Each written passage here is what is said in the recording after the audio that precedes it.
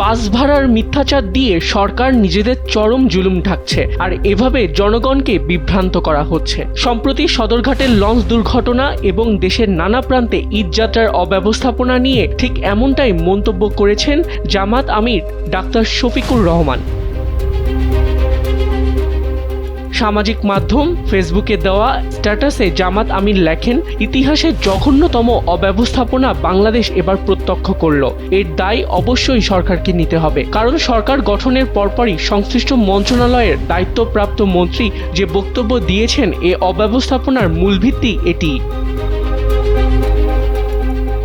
বাসে অতিরিক্ত ভাড়ার কথা উল্লেখ করে জামায়াত আমির লেখেন, জনগণকে বিভ্রান্ত করে বলা হয়েছে বাস মালিকরা স্বাভাবিক ভাড়ার চেয়ে ঈদযাত্রায় কম ভাড়া নিচ্ছে, যা চরম মিথ্যাচার। জনগণের এই দুঃখ এবং আফসোস দেখবে কে? তাহলে কি প্রিয় বাংলাদেশ আবারও ফ্যাসিবাদের কবলে পড়তে যাচ্ছে?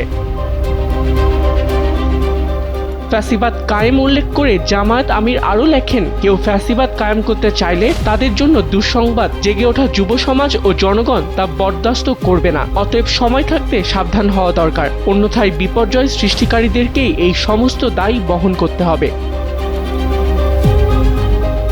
ডেস্ক রিপোর্ট, সময়ের আলো।